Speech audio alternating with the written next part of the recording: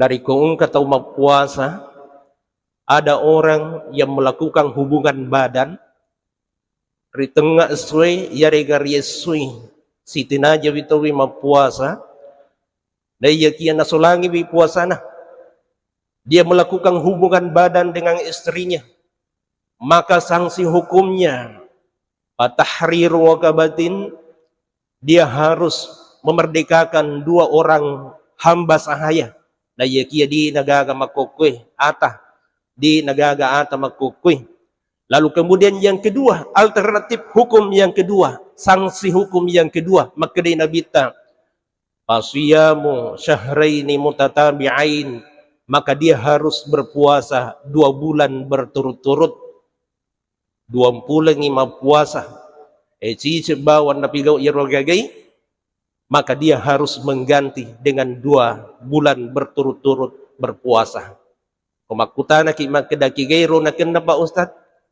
Menurut Imam Syafi'i dan para pengikut-pengikutnya, magkedewi nasing buranewi mi na kena. Nasa baali na to si mapasah. Nayakia, ketika kedua-duanya narikuyero makunray, ichichemi nasa baang katu tumakunray, ichichemi pedata pa tampalan sutumilo. Yang ketuma pakuro, ichichebaway pedako lakay na tapa langsung imelo. Maka ketika itu, menurut Imam Abu Hanifah dan Imam Malik, magkedewi nasing buranewi mi nakena na iyakia baja sanga di gaga parulle na yeru buranewi malasalaan sa iyari gamatiwi, maka yang berkewajiban untuk melakukan itu adalah istrinya. Nasabat na pulo mutoy. Jadi ini perlu juga kita pahami. Ini alternatif kedua. Alternatif ketiga, sanksi hukumnya magkedewi nasen nabita nariko dito lemwa puasa. Maka disinilah Islam bagaimana mengangkat derajat orang-orang miskin. Fa'ita'amu sitina miskina, memberikan makan kepada 60 miskin.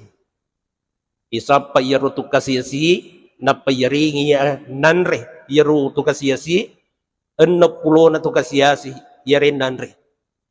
Ang kamakadana sa ay malubo mo pa Ustad, malubo ma. Cici mi bawa mak giri bimbi apa mapabuka tawili bini 60 na.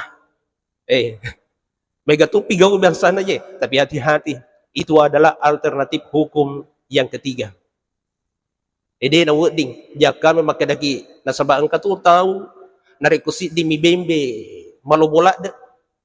Nasaba masugi-sugi makadai kumakko tu pa Ustaz. Namuli mabembe uli mo to.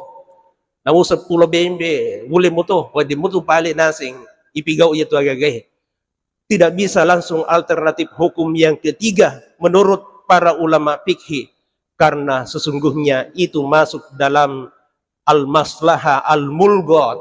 Itu adalah maslahah mulgah menurut Imam Al-Ghazali. Di nawading ipigaw. Harus yang pertama, lalu kemudian yang kedua, nariko di matuga kaparulena napawi napili yeruwon na yang ketiga. Intinya, sanksi hukum ini ternyata tujuannya mengangkat derajatnya orang-orang miskin. Aga Pak Bu, ketika ada suami yang mempersamakan punggung istrinya dengan punggung ibunya, mamanya, maka sanksi hukumnya juga seperti dengan sanksi orang yang melanggar puasa dengan melakukan hubungan badan di waktu siang. Pada tuyir hukunna, memerdekakan 2 hamba sahaya, lalu kemudian berpuasa selama 2 bulan berturut-turut, lalu kemudian memberikan makan kepada miskin 60 orang. Yang ketiga, yaru agama na pataraka itu kasia-sia, bahwa sanksi hukum bagi mereka yang melakukan ihram. Etapang kanapa yariga tapama bicara kajai masulang iru ihram na, maka dia diberikan sanksi hukum 10 hari berpuasa, 10 mencari orang miskin dan memberikan makan kepada 10 orang miskin. Agapi. Kalau ada orang yang bersumpah, nah sebab engkau tu tahu malu bolak dek makada wallah demi Allah. Aku makada ki wallah demi Allah tadi nama pakruh. Kita langgar sumpah kita.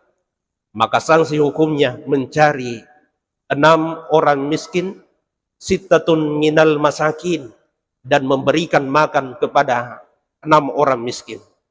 Eki piru sekei pasti dekai yang diutamakan adalah orang-orang miskin. Intinya bahwa agama kita mengangkat derajat umatnya baginda Rasulullah sallallahu alaihi wasallam tenapudu di nama kasias.